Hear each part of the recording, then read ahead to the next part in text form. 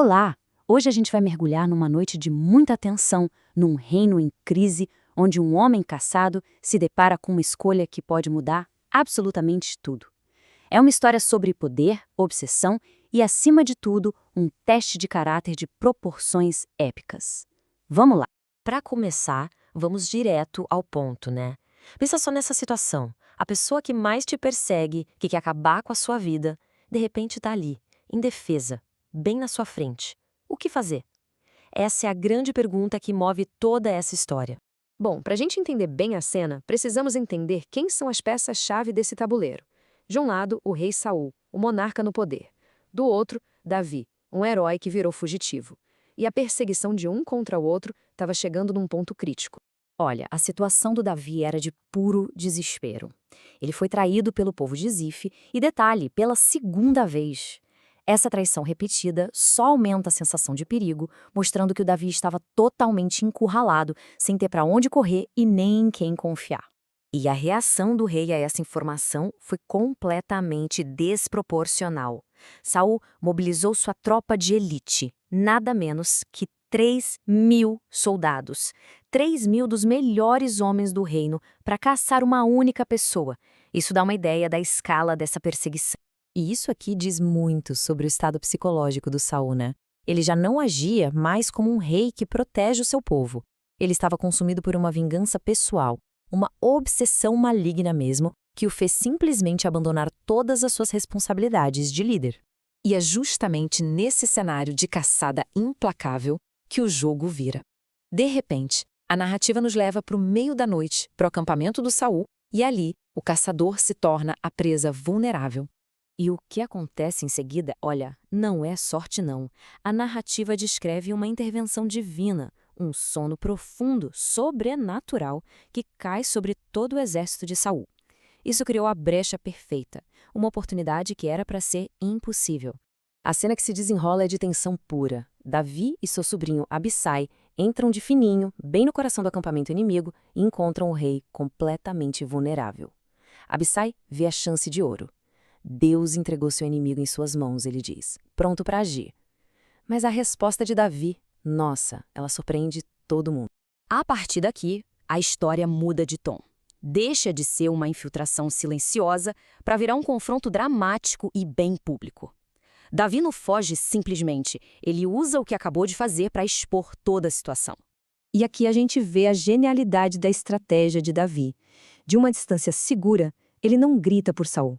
Ele mira em Abner, o comandante do exército, e ataca diretamente a falha de segurança para humilhar publicamente o responsável pela proteção do rei.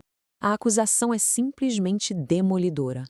Davi não só aponta a falha, ele esfrega a prova na cara de todos.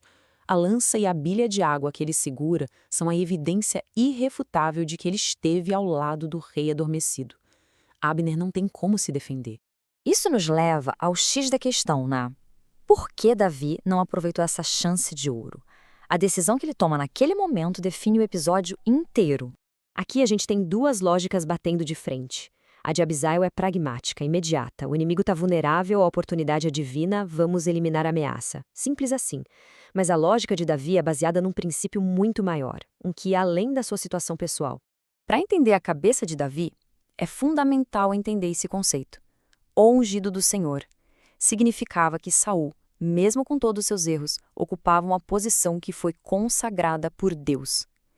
Para Davi, atacar Saul seria como atacar a própria autoridade divina que o colocou ali. A decisão dele não era sobre Saul, o homem, mas sobre o respeito ao cargo. Os objetos que Davi pegou não foram aleatórios. Eles têm um simbolismo muito forte.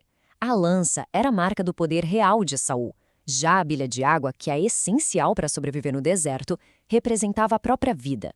Ao levar os dois, Davi estava mostrando que teve poder sobre o reinado e sobre a vida de Saul, mas escolheu não usar esse poder. Essa escolha do Davi revela uma convicção muito profunda que ele tinha, a de que a justiça final não estava em suas mãos, mas nas de uma autoridade superior. Nessas palavras, ditas diretamente para o Saul, Davi explica a sua filosofia. Ele confia que Deus vai julgar a situação e recompensar cada um de acordo com as suas ações. Ele basicamente abre mão da vingança, porque acredita em uma justiça divina que age no tempo certo. Esse gesto de misericórdia do Davi mexe com o Saul. Pela segunda vez, o rei é confrontado com a integridade do seu adversário e tem um momento de clareza. Ele confessa seu erro, reconhece a loucura de toda essa perseguição. Só que Davi não era bobo. Ele conhecia a instabilidade do Saul. Mesmo com o arrependimento do rei, ele não acreditou que a mudança seria permanente. Por isso, ele não voltou para a corte, preferiu a segurança do exílio. Vamos agora para as implicações maiores desse evento. O que essa noite revela sobre liderança e sobre o tipo de caráter necessário para governar? E aqui vem um dos momentos mais marcantes da história. As últimas palavras que Saul diz a Davi não são uma ameaça, mas sim uma bênção, quase uma profecia. O perseguidor reconhece o destino do perseguido, afirmando que Davi seria muito bem-sucedido. Então, qual é o saldo final de tudo isso? A conclusão é que foi exatamente nesses momentos de dificuldade, nesses desertos, que o caráter de Davi foi moldado. Sua capacidade de se conter, de colocar o princípio acima do ressentimento pessoal, foi a prova final de que ele estava pronto para liderar. E isso nos deixa com uma reflexão final que vai muito além dessa história antiga. O que realmente define a força de um líder ou de qualquer pessoa? É a capacidade de usar todo o poder que se tem ou é a sabedoria de saber quando não usá-lo?